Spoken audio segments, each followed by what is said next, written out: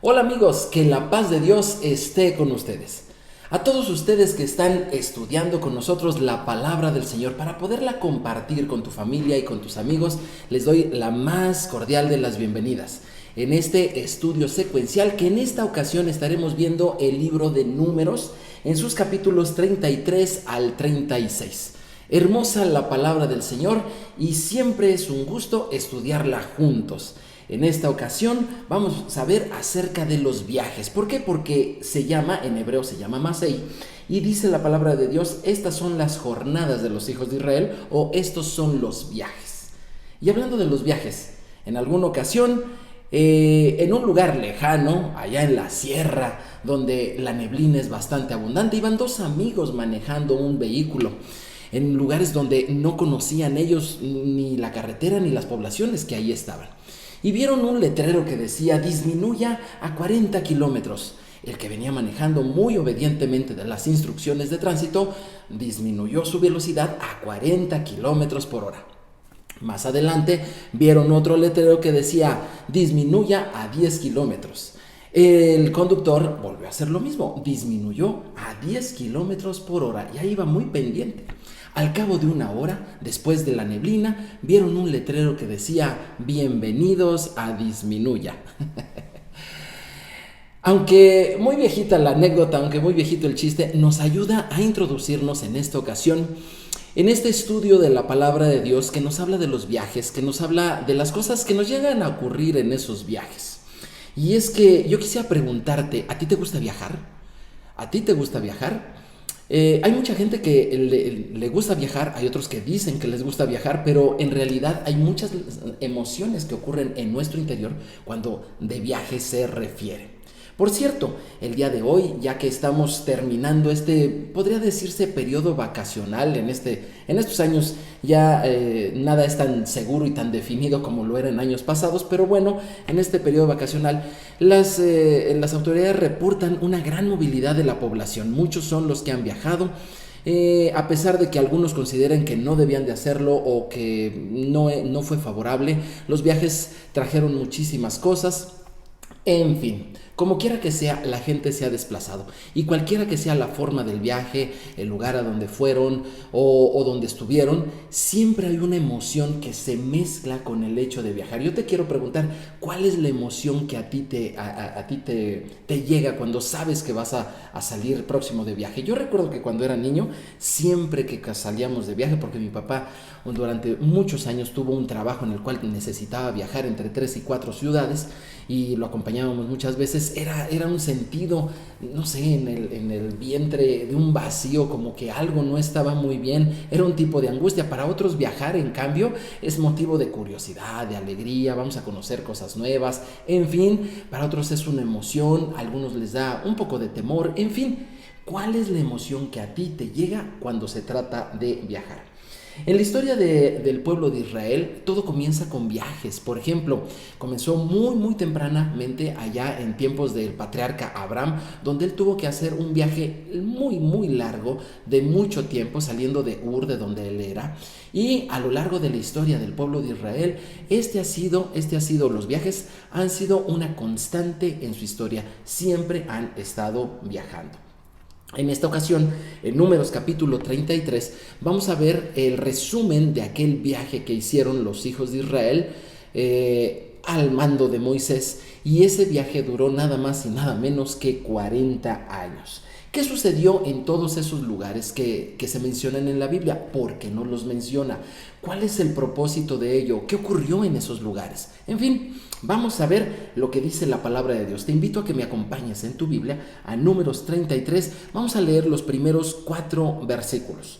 La palabra de Dios dice así: estas son las jornadas o viajes, es otra forma de traducirlo.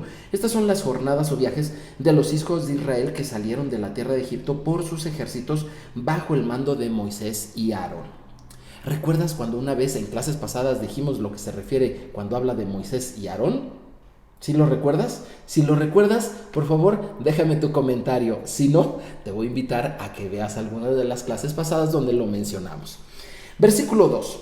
Moisés escribió sus salidas conforme a sus jornadas por mandato de Dios.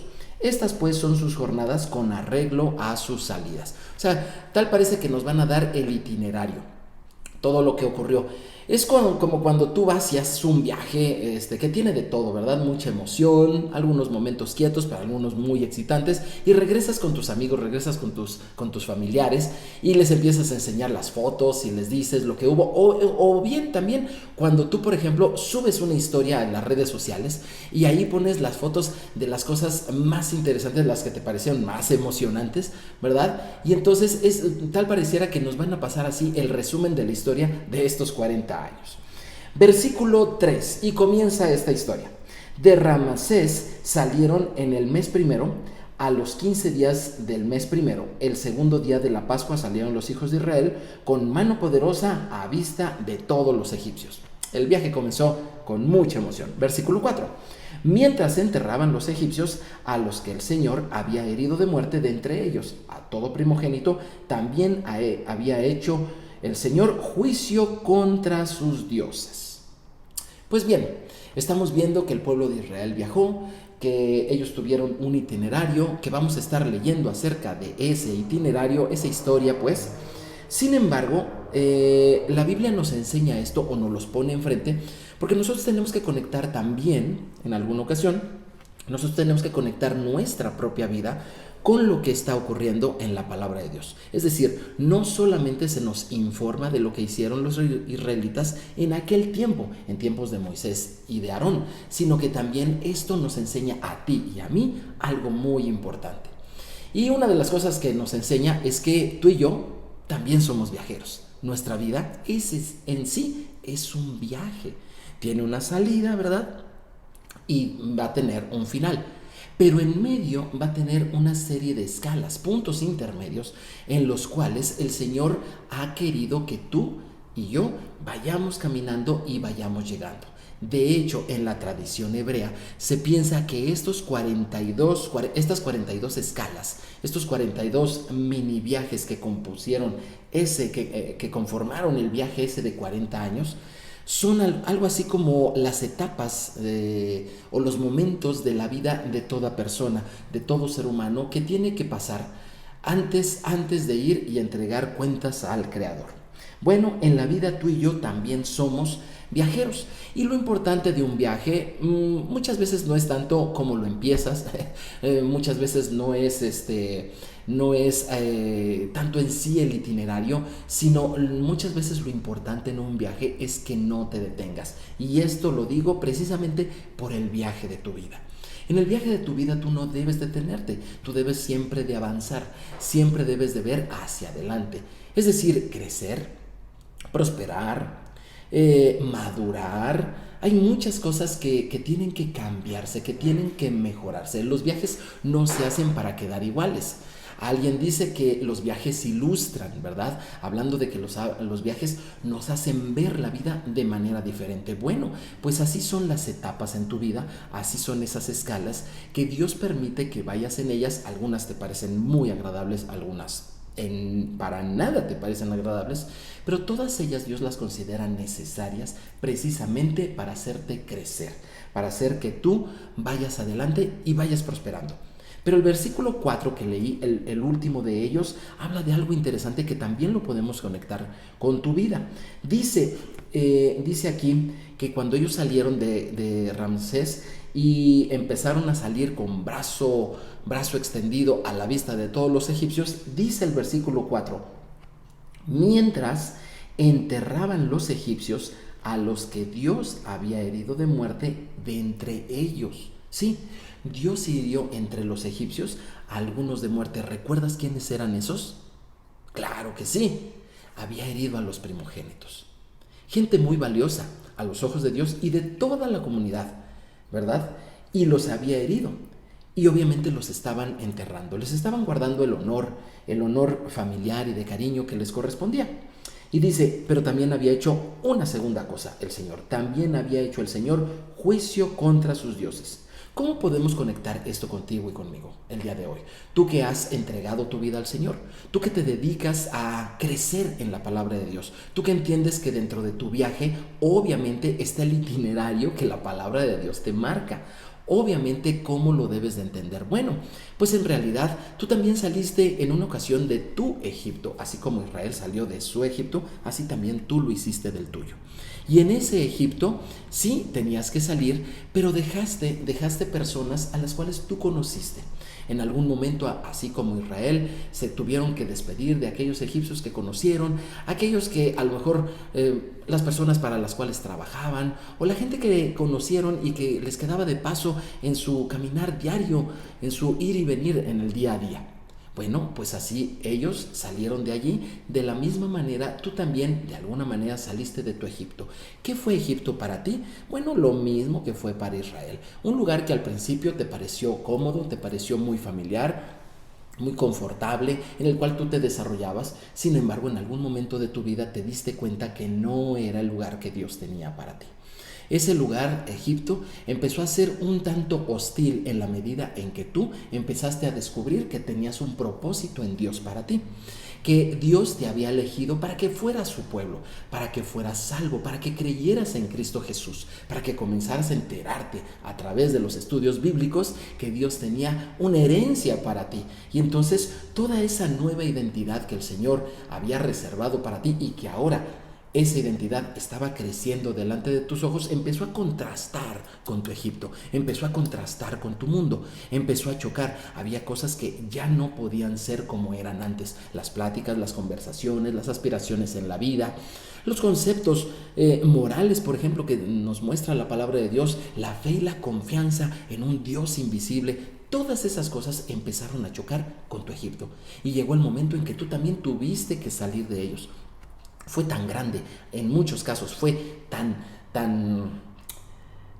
fuerte el asunto que de la manera en que esto sucedió, en que tu propio Egipto, es decir, aquellos amigos, aquellos familiares, aquellos conocidos que no compartieron contigo la fe en Cristo Jesús, llegaron a verte como los egipcios vieron a sus primogénitos. Sí, te vieron a ti como personas valiosas, pero que verdaderamente murieron en su mundo, en el mundo de ellos.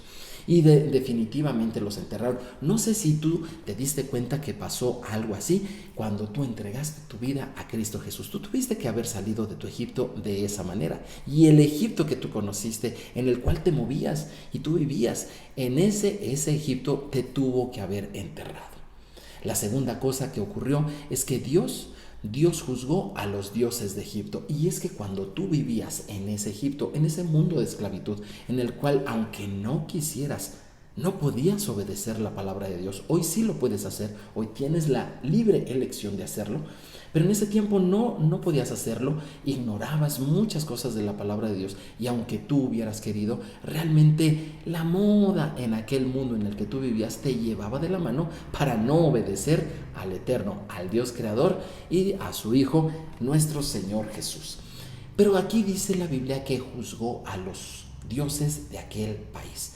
Esto también quiere decir contigo que tú ahora eres libre de todas esas cosas. Yo recuerdo, por ejemplo, que cuando nosotros entregamos, mi familia y yo era muy pequeño, yo era joven, yo era apenas un jovencito de 12 años.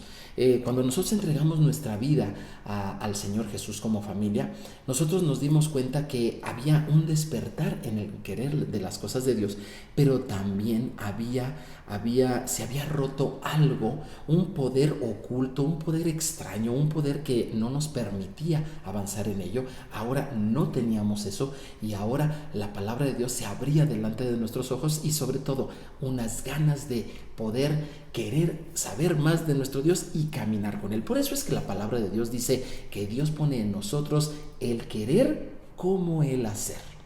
Cuéntame aquí aquí mismo en el video, déjame tu comentario cómo ha sido tu salida de Egipto.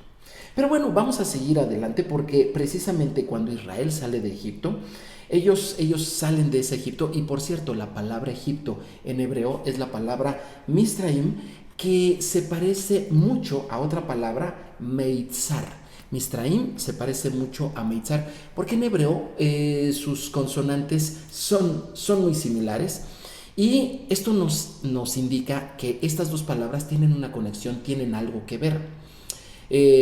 Misraim, como te dije, pues es Egipto, pero ¿qué es Meitzar? Meitzar significa estrechez. Así que Egipto tiene una relación con la palabra o el concepto de estrechez. ¿En qué sentido?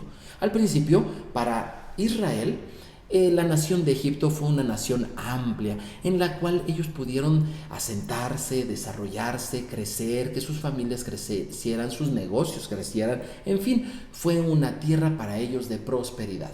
Sin embargo, con los años, con los siglos, esa tierra comenzó a volverse estrecha en todos los sentidos. Estrecha para su fe, estrecha para sus actividades económicas, estrecha para su desarrollo personal y familiar. Egipto, sí, Misraim, se convirtió en Meitzar. Se empezó a convertir en un lugar de estrechez. Esto es algo como lo que le ocurre, por ejemplo, a un bebé en gestación. El bebé en gestación, al principio, cuando se unen las células masculina y femenina, allá adentro en el vientre de la madre, y ese bebé comienza a desarrollarse y crecer, bueno, pues el útero de la mamá es un universo enorme, es un lugar amplio, ¿verdad?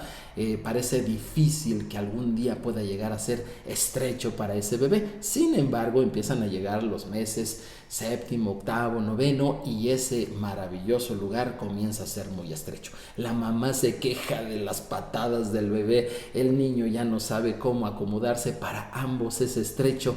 Y así como Egipto fue un lugar estrecho para Israel, como el vientre de una madre, y llegando al punto en que tuvo que ser expulsado, tuvo que salir de allí Israel, así lo mismo un bebé, y así lo mismo tú debes de salir de tu Egipto de manera absoluta, completa, total. El efecto debe de ser radical. No existe ningún bebé que en el día ande muy contento afuera y por las noches se regrese al vientre de su madre solo porque allí él se sentía calientito y seguro. Hay muchas personas que, habiendo entregado su vida al Señor, quieren regresar momentáneamente o con frecuencia al mundo porque lo encuentran obviamente conocido, sienten que ahí sí los comprenden, sí los entienden, empiezan a ver la palabra de Dios delante de sus ojos y muchas veces dicen, híjole, es un poco difícil esto, y quieren regresar a la comunidad que les brinda su Egipto, pero esto no puede ser así. Egipto para ti, ese mundo en el cual tú viviste, ya es un lugar estrecho donde no vas a crecer, no es tu lugar. Esas pláticas donde se comentan cosas que tú sabes bien que no deberías, ya no digas compartir, vaya, ni siquiera sería sano estar escuchando.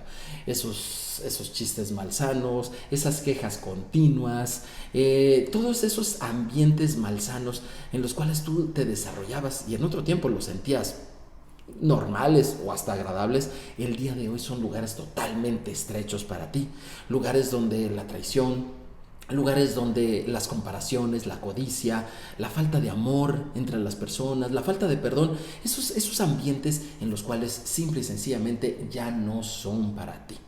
Bueno, pues tú debes de salir precisamente de ese Egipto.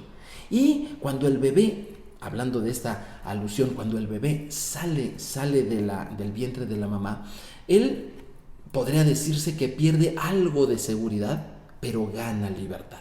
Es lo mismo que sucede contigo. Cuando tú sales de tu Egipto, tú puede ser que sientas que ya no te sientes tan seguro, ya no te percibes tan cómodo, tan a gusto, pero eso sí, algo estás ganando. Si bien es cierto que algo estarás perdiendo, porque sí lo estás perdiendo, es mucho más lo que estás ganando y se llama libertad por medio del Mesías. Sin embargo, en el viaje, quiero decirte, no todo es emoción.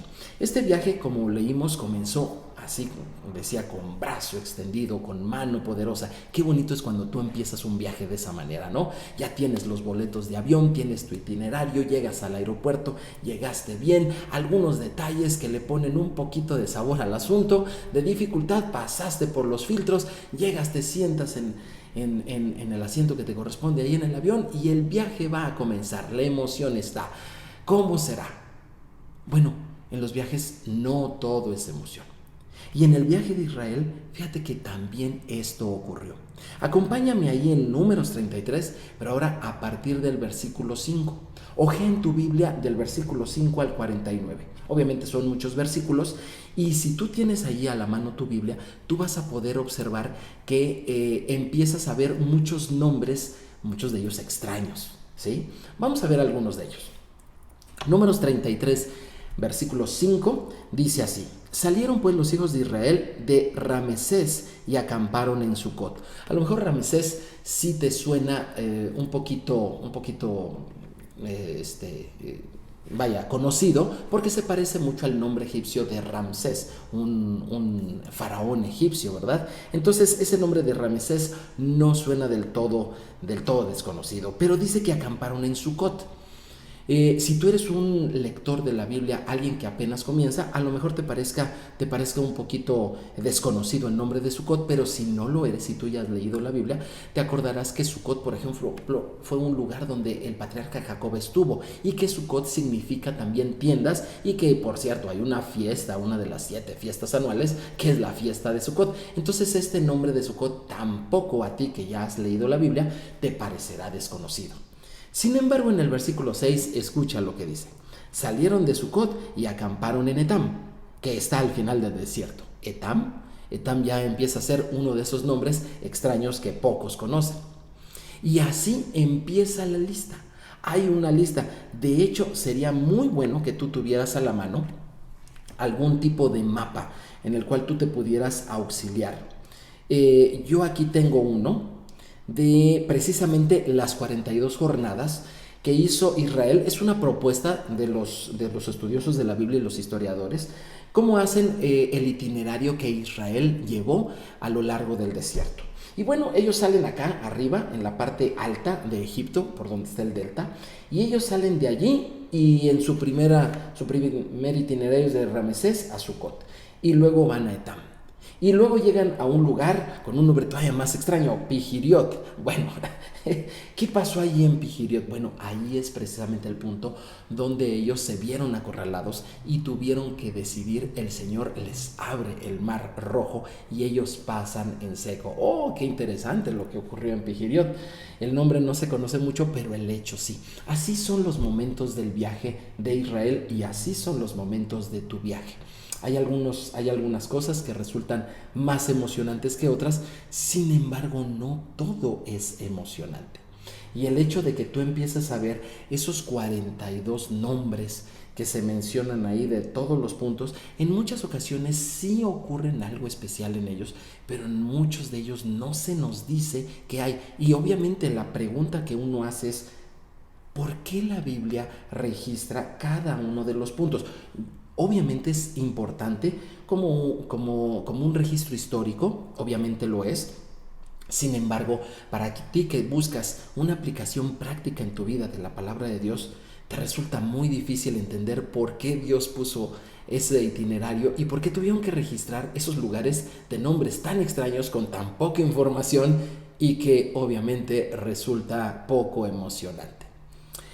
Dice el versículo 48: salieron de los montes de Abrim y acamparon en los campos de Moab, junto al Jordán, frente a Jericó. Versículo 49: finalmente acamparon junto al Jordán desde Bet Hasimot hasta Abel Sittim, en los campos de Moab. Así es. Hay 42 escalas que hace el viaje de los 40 años que hicieron por Israel. Y yo quisiera aquí hacer un paréntesis y hacerte esta pregunta. En el viaje de tu vida, obviamente hay escalas. ¿Cuáles de ellas son las que más se te han quedado grabadas? ¿Cuáles son las que pondrías en tu historia, verdad? En la historia de toda tu vida, ¿cuáles son las que pondrías allí? Hay muchos eventos que podrías llegar a mencionar y generalmente van a ser los que más emocionantes te resultaron, tanto emocionantes de alegría como tal vez emocionantes de tipo negativo, como la tristeza, ¿no? O el enojo. Por ejemplo, podríamos ver algunos muy bonitos, muy emocionantes. ¿Qué te parece este? tu salida de la escuela, cuando terminaste todos tus estudios. Sí, efectivamente, a lo mejor te pusieron un birrete, ¿verdad? Una toga, y hubo una ceremonia hermosa de graduación, tus familiares te felicitaron, te tomaste la foto, ahí está la foto. Esa es una de las escalas que podrías tú mencionar respecto de tu viaje. Otra, tu primer trabajo, ese trabajo que te gustó mucho o que te disgustó completamente, esa podría ser otra escala que tú podrías poner. Otra, casarte, tener hijos, en fin, muchísimas cosas que tú podrías ver en cada uno de esos viajes. Es importante que tú vayas viendo todos ellos y que sepas que no solamente en aquellos momentos en el que sentiste mucha alegría son los momentos dignos de recordar, sino también algunos otros en los cuales tal vez pasaron casi inadvertidos, porque en todos ellos el Señor te ha estado enseñando algo en tu vida. Inclusive el pueblo de Israel llegó un momento en que sintió que simplemente caminaba en círculos. Esto también procede de la mano de Dios y tiene un propósito en tu vida. Y yo quisiera hablarle en este momento a las personas que sienten que su viaje se ha estancado por alguna circunstancia. No se mueve, no camina, hay algo en su vida que está estancado, algún fracaso del pasado, alguna pérdida de un familiar en estos años. Alguna situación, perdiste tu negocio y sientes que por más esfuerzo que hagas, simple y sencillamente estás caminando en círculos. No te preocupes, estás dentro del viaje que el Señor ha diseñado para ti. Y estos tiempos tienen también un propósito, también para que tú veas el completo propósito del viaje que Dios te ha dado. Dentro de cuando estés viviendo este tipo de cosas, recuerda algo. Te voy a dar una clave para que tú empieces a entender el por qué el Señor te da este tipo de tiempos. Y uno de ellos es tener poco equipaje. Acompáñame con tu vista a Números capítulo 33, ya casi al final del capítulo, en versículos 52 al 56. Fíjate lo que dice. Echaréis delante de vosotros a todos los moradores del país y destruiréis a todos sus ídolos de piedra y a todas sus imágenes de fundición y destruiréis todos los lugares altos y echaréis a los moradores de la tierra y que habitan en ella.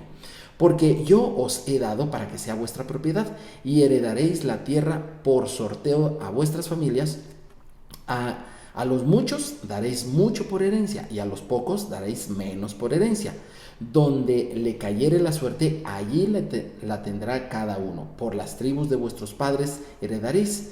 Y si no echareis a los moradores del país, vuelve el tema de esos moradores, delante de vosotros sucederá que los que dejares de ellos serán como aguijones en vuestros ojos y por espinas en vuestros costados, y os afligirán sobre la tierra en que vosotros habitáis. Además, haré a vosotros como yo pensé hacerles a ellos. Cuando Israel estuvo en Egipto, sí, cuando eran esclavos, ellos no tenían que preocuparse por los enemigos del país. De eso se encargaba el faraón y su poderoso ejército. Pero una vez que ellos salieron en su viaje de libertad, ahora sí, ellos tenían que estar cuidándose de sus enemigos, estar muy atentos, y aquellos moradores de la tierra prometida los tenían que sacar por completo. Pero dice aquí algo interesante. Dice que si no lo hacían, esos moradores, esos enemigos, esos peligros, lo que sería como un aguijón en los ojos. Y hablando de aguijón, ¿alguna vez te ha picado algún insecto? Alguno fuerte. Yo recuerdo aquella vez que me picó una avispa. ¡Oh, qué fuerte pican! Las abejas también dicen, no me ha tocado, pero dicen que pican bastante fuerte. Pero imagínate uno de esos piquetes, pero no en la mano, en el brazo, en la pierna, no, en el ojo. No me lo puedo imaginar. Bueno, pues eso ocurriría con esos habitantes que estaban ahí en la tierra y que Israel no echaría fuera. ¿Qué significa esto hoy para ti y para mí? Obviamente esto no significa que te la pases haciendo desalojos de personas, obviamente que no. Lo que nos está diciendo es que hay moradores, hay enemigos, hay espíritus, hay hábitos, Hay pecado en este camino de libertad que tú tienes y que quieren echarte a perder el viaje. Lo importante no es si es muy emocionante tu viaje o no, lo importante es que tú saques a todas esas cosas. El pecado es tan importante que lo saques de tu vida. ¿Por qué? Porque si no, será como un aguijón en el ojo tuyo. Es tan importante.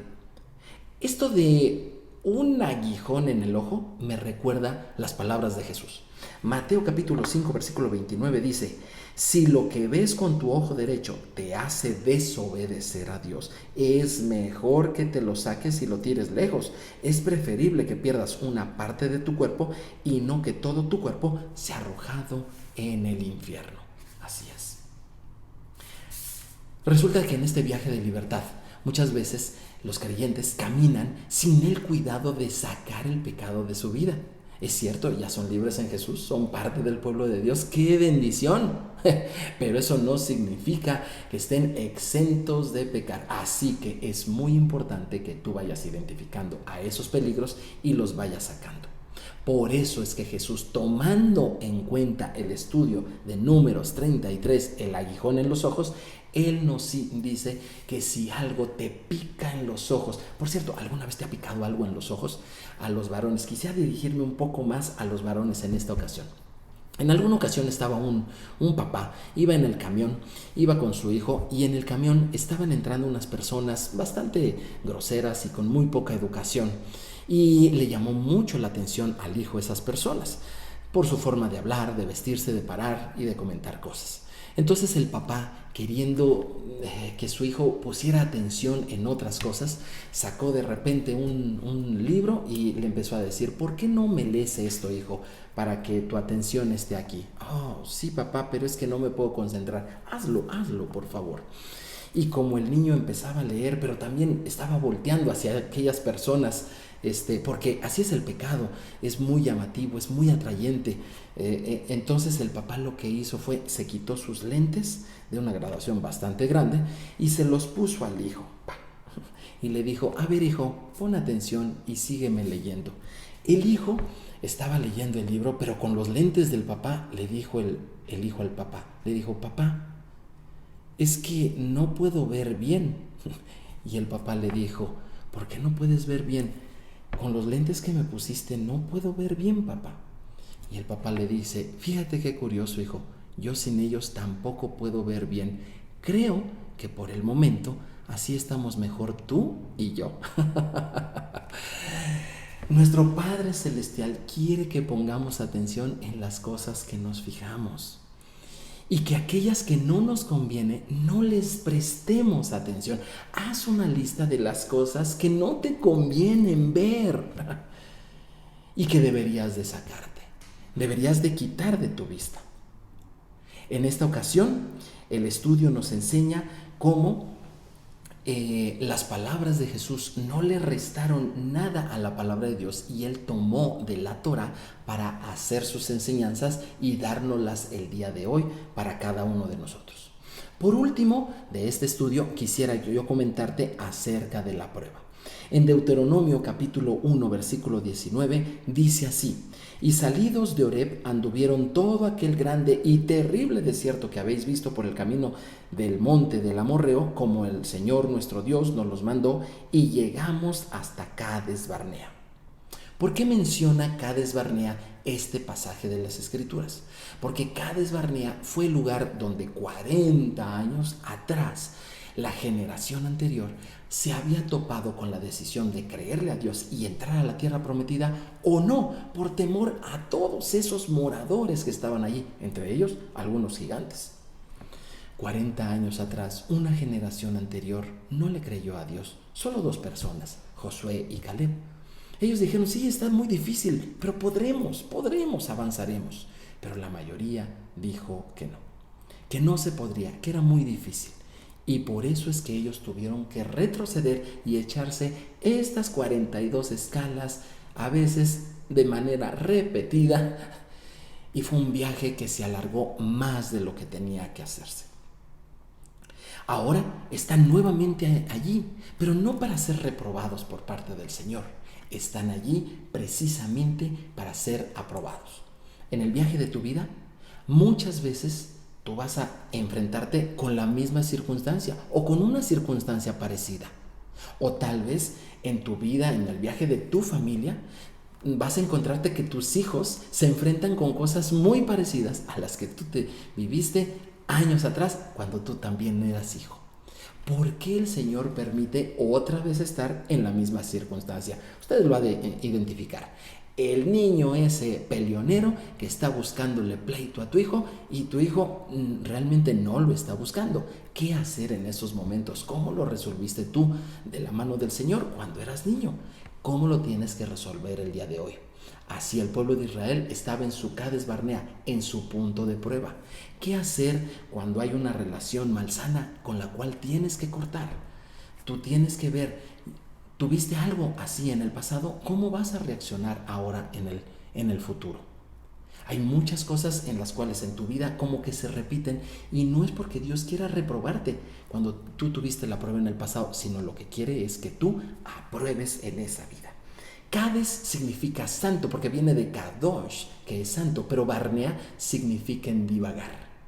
Así que el pueblo de Israel, aunque era santo, por su temor a enfrentar a sus adversarios, por su temor a vivir una vida radical, por su temor a confiar en las promesas y en la palabra del Señor, por su flaqueza para obedecer lo que dice la Biblia, fue que a pesar de ser santo, comenzó a divagar 40 años. Que no te pase a ti así. Esto fue escrito para que tú y yo aprendamos y para que tú estés en tu Cades Barnea y digas, sí, estoy viendo que sí hay una dificultad en lo que Dios me pide, pero voy a confiar porque este punto, este Cades Barnea, no será un punto para el cual yo divague y después de mucho tiempo tenga que regresar otra vez a este lugar. Mis amigos, mis amados, los viajes están llenos de emoción, pero también de victorias. Escucha lo que dice Josué 10:41. Y los hirió Josué desde Cades Barnea hasta Gaza y toda la tierra de Gosén hasta Gabaón. En este viaje que hicieron los hijos de Israel, llegaron a Cades Barnea. En su primera ocasión fallaron, pero en su segunda ocasión que estuvieron allí, fueron victoriosos. Eso es lo que Dios quiere de ti. La próxima vez que vayas a hacer un negocio, que no vuelvas a fracasar. La próxima vez que vuelvas a conocer a un posible socio, no vuelvas a elegirlo mal. La próxima vez que tengas enfrente alguna oportunidad de parte de Dios, no dudes de ella y la tomes con valor y con fe. Dice aquí, Filipenses 3:1. Además, hermanos, alégrese de estar unidos en el Señor. A mí no me molesta repetirles lo que ya les había escrito y a ustedes les hace bien que lo repita. Esta es la causa por la cual el Señor nos repite la historia del viaje de Israel, porque tiene que ver con lo tuyo, tiene que ver con tu viaje, tiene que ver con tu vida. Soy José Moreno. Que la paz de Dios siempre esté con ustedes. Les invito para que no se pierdan ninguno de los estudios semanales de la Palabra de Dios y tú los puedas compartir también. Dale clic a la campanita, suscríbete, nos vemos en la siguiente clase. Shalom, shalom.